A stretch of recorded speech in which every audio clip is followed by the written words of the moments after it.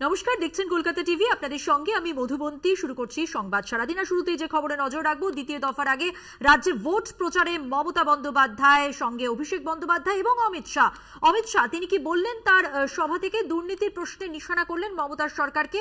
অমিত শাহর মুখে শিক্ষা দুর্নীতি, মমতার মন্ত্রীদের ঘরে কোটি কোটি টাকা উদ্ধার। অর্থাৎ বারবার করেই দুর্নীতি প্রসঙ্গ উঠছে। বিজেপির শীর্ষ নেতৃত্ব যারাই পশ্চিমবঙ্গে আসছেন, রাজ্যে আসছেন, ভোটের প্রচারে নির্বাচনের আবহে কিন্তু এই দুর্নীতির প্রশ্ন নিয়ে নিশানা করা হচ্ছে মমতার সরকারকে। অমিত শাহ বলেছেন মমতার মন্ত্রীদের ঘর থেকে কোটি কোটি টাকা উদ্ধার হয়েছে। আর কি বললেন তিনি, শুনুন। बंगाल के अंदर ममता दीदी के शासन में करप्शन का शासन चालू हो गया है। उनके मंत्रियों के घर से 50 करोड़ 75 करोड़ रुपया कैश मिलती। गरीब युवा को नौकरी देने के लिए 10 से 15 लाख की रिश्वत ली जाती। প্রতিনিধি গৌতম চক্রবর্তী এই মুহূর্তে আমাদের সঙ্গে টেলিফোন লাইনে রয়েছেন, কথা বলবো তার সঙ্গে।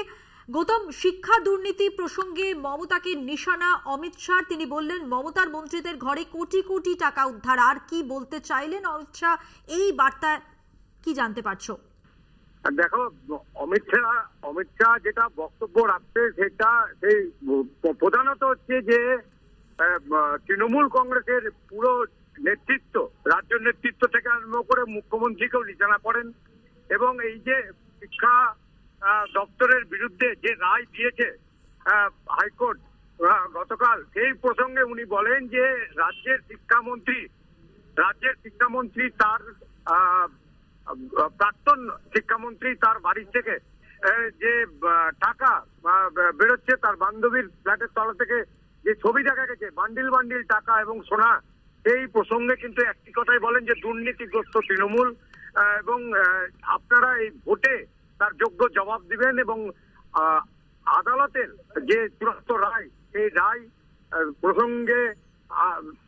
প্রসঙ্গে কিন্তু একটা কথাই তার বক্তব্য যে দুর্নীতিগ্রস্ত তৃণমূলকে আর কিন্তু মানুষ চাইবে না এবং তার প্রভাব ভোটে পড়বে এবং এটা আমরা দেখতে চাই। এবং আমাদের সরকার যদি রাজ্যে আসে তাহলে কিন্তু দুর্নীতি মুক্ত একটা সরকার তৈরি হবে, এমনটা ইঙ্গিত তার কথাবার্তায় আজকে প্রকাশ পেল। গৌতম, তুমি আমাদের সঙ্গে থাকো। তৃণমূল মুখপাত্র অরূপ চক্রবর্তী এই মুহূর্তে আমাদের সঙ্গে টেলিফোন লাইনে রয়েছেন, কথা বলবো অরূপ বাবুর সঙ্গে। অরূপ বাবু, দ্বিতীয় দফার আগে রাজ্যে ভোট প্রচারে অমিত শাহ এবং তিনি দুর্নীতির প্রশ্নে নিশানা করলেন মমতার সরকারকে। বললেন শিক্ষা দুর্নীতি, মমতার মন্ত্রীদের ঘরে ঘরে কোটি কোটি টাকা উদ্ধার হয়েছে। যখন অমিত শাহ বলছেন, আমার না ওই ছোটবেলায় কালিদাসের গল্পটা মনে পড়ে যাচ্ছিল। কালিদাস যে গাছের ডালে বসেছিলেন সেই গাছের ডাল নিজেই কেটেছিলেন এবং নিজেই পড়ে গিয়েছিলেন। তো অনুপ্রবেশ যদি দেশে হয়ে থাকে, অনুপ্রবেশ রক্ষার দায়িত্ব, বর্ডার সীমান্ত পাহারা দেওয়ার দায়িত্ব কার? সীমান্ত পাহারা দেওয়ার দায়িত্ব বিএসএফ এর, সিআরপিএফ এর, সিআইএসএফ এর, যেই দপ্তরের মন্ত্রীর নাম স্বয়ং অমিত শাহ নিজে। তারপরে যদি অনুপ্রবেশ হয় তাহলে অমিত শাহর কথা অনুযায়ী সবচেয়ে অযোগ্য এবং অপদার্থ মন্ত্রীর নাম স্বয়ং অমিত শাহ নিজে। তো অমিত শাহ তো অবিলম্বে এই অনুপ্রবেশ না আটকাতে পারার জন্য সবার আগে পদত্যাগ করা উচিত, যে আমি একজন অপদার্থ মন্ত্রী যার আমলে অনুপ্রবেশ হচ্ছে এবং আমি আটকাতে পারছি না।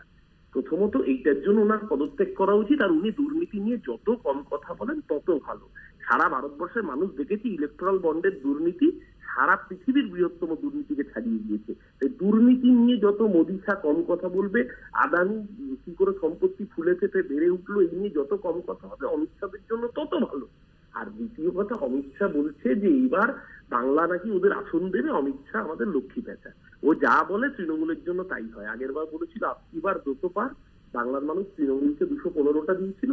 এবার বলেছে আপকি বার 35 পার, বাংলার মানুষ তৃণমূলকে 35-এর বেশি আসন মমতা বন্দ্যোপাধ্যায়ের দলকে উপহার দেবে।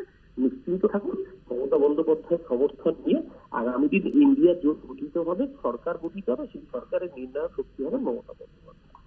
অনেক ধন্যবাদ। কথা বললাম তৃণমূল মুখপাত্র অরূপ চক্রবর্তীর সঙ্গে। অমিত শাহ দ্বিতীয় দফার আগে রাজ্যে এসে ভোট প্রচারে শিক্ষা দুর্নীতি নিয়ে মমতার সরকারকে নিশানা করেছেন। ঠিক কি বলেছেন শোনাবো আরো একবার। ममता दीदी के शासन में करप्शन का शासन चालू हो गया। उनके मंत्रियों के घर से 50 करोड़ 75 करोड़ रुपया कैश मिलती। गरीब युवा को नौकरी देने के लिए 10 से 15 लाख की रिश्वत ली जाती। কথা বলবো, আমাদের সঙ্গে টেলিফোন লাইনে রয়েছেন আমাদের প্রতিনিধি গৌতম চক্রবর্তী। গৌতম, একদিকে যখন শিক্ষা দুর্নীতির প্রশ্নে নিশানা করলেন মমতা সরকারকে অমিত শাহ, তেমনি তিনি এটাও তো বলেছেন যে 10 বছর ধরে গরিবদের জন্য কাজ করেছে মোদী সরকার, বাংলাকে হিংসামুক্ত করতে হলে নরেন্দ্র মোদীকেই দরকার। আর ঠিক কি বললেন নিজেদের পক্ষে? দেখো, মূলত যে অমিত শাহর যে বক্তব্য সেটা কিন্তু রিজার্ভ যেটা বেরিয়ে আসলো সেটা হচ্ছে যে গতকালকেই যে হাইকোর্টের যে রায়, সেই রায় নিয়ে কিন্তু এখনো পর্যন্ত মানুষের মনের মধ্যে একটা আলাদা চঞ্চলতা তৈরি হয়েছে এবং এটাকেই আরো উস্কে দিতে, আমার যা মনে হলো দেখে, এটাকেই আরো উস্কে দিতে অমিত শাহ আজকে কিন্তু প্রথম যে কথাটা বললেন সেটা হচ্ছে যে তৃণমূল নেতাদের, এই রাজ্যের তৃণমূল নেতারা দুর্নীতিগ্রস্ত, তাদের বাড়ির থেকে টাকা বেরোচ্ছে, কোটি কোটি টাকা বেরোচ্ছে এবং এই তৃণমূল সরকারকে আপনারা আর কি চান? আপনাদের কি, যদি আপনাদের আরো সহায়তা দরকার হয়, কেন্দ্র কিন্তু সব রকমের সাহায্য করছে, তার কথার অর্থ কিন্তু রাজ্যে এসে সেটা পাচ্ছে না রাজ্যের মানুষ। কারণ যে কাটমানি দুর্নীতিগ্রস্ত তৃণমূল এটাকেই বুঝাতে চেয়েছেন এবং এই টাকা তারা নিজেদের মধ্যে কাটমানির সরকার এই কথাও বলেন এবং এটা পুরোটাই কিন্তু তৃণমূলের বিপক্ষেই উনি বললেন এবং প্রধানত কিন্তু তৃণমূলের রাজ্য নেতাদেরকে আক্রমণ করলেন, তৃণমূলের মন্ত্রিসভাকে আক্রমণ করলেন। এই যে রায়, এই হাইকোর্টের রায়টাকেই ভোটে যেন প্রতিফলিত হয়। আমরা বুঝলাম যে মোদী কিন্তু আজকে এটাকে ধরেই এগোতে চাইলেন এবং এই কেন্দ্রের যে মোদী সরকার, রাজ্যে যদি বিজেপি ক্ষমতায় আসে তাহলে কিন্তু বিজেপি অনেক বেশি রাজ্যের মানুষের জন্য উন্নতি করবে, সহায়তা করবে এবং কেন্দ্রের যে সমস্ত প্রকল্প আছে সেই প্রকল্পগুলো কিন্তু বাস্তবায়িত হবে, যেগুলো এই রাজ্য সরকার হতে দিচ্ছে না।